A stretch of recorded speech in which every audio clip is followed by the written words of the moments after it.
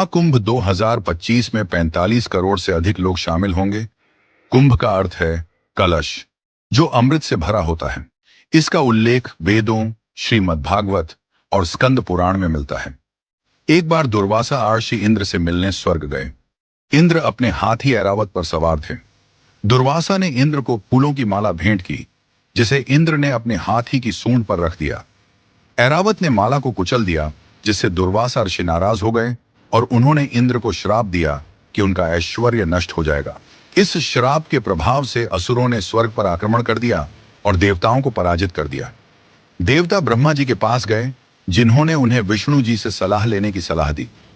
विष्णु जी ने देवताओं को समुद्र मंथन करने की सलाह दी, जिसमें असुरों की मदद से अमृत प्राप्त होगा। देवताओं और असुरों ने मिलकर नाग को रस्सी के रूप में उपयोग करते हुए समुद्र मंथन शुरू किया। मंथन से कई चीजें निकली, जिनमें सबसे पहले विष निकला, जिसे शिव जी ने पी लिया और नीलकंठ कहलाए।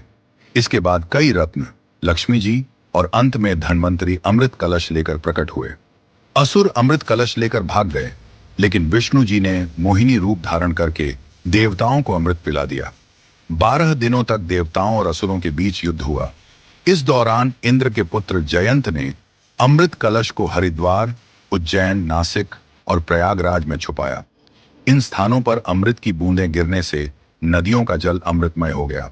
देवताओं के 12 दिन धरती के 12 वर्षों के बराबर होते हैं, इसलिए हर 12 साल में इन स्थानों पर कुंभ मेला आयोजित होता है।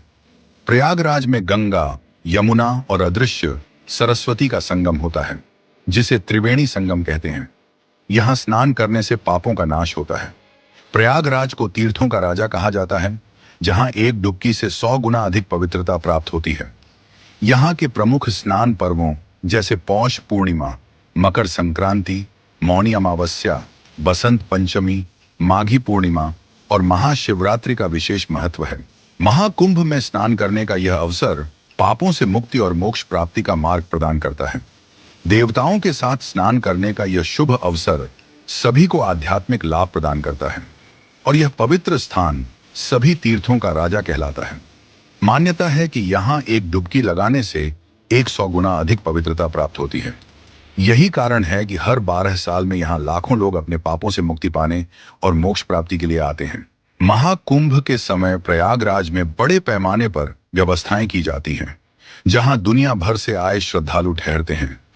यहाँ धार्मिक गतिविधियों के साथ साथ सामाजिक सेवा भी की जाती है और संकीर्तन जैसे कार्यक्रम आयोजित करते हैं, जिससे आध्यात्मिक वातावरण और भी अधिक पावन हो जाता है। महाकुंभ 2025 का आयोजन पापों से मुक्ति और देवताओं के साथ स्नान करने का एक अद्वितीय अवसर प्रदान करता है। यह विश्व की सबसे बड़ी शांतिपूर्ण धार्मिक सभा न केवल धार्मिक बल्कि सांस्कृतिक और सामाजिक रूप से भी महत्वपूर्ण है, जहां लोग एकत्रित होकर अपने आध्यात्मिक और सामाजिक जीवन को समृद्ध करते हैं।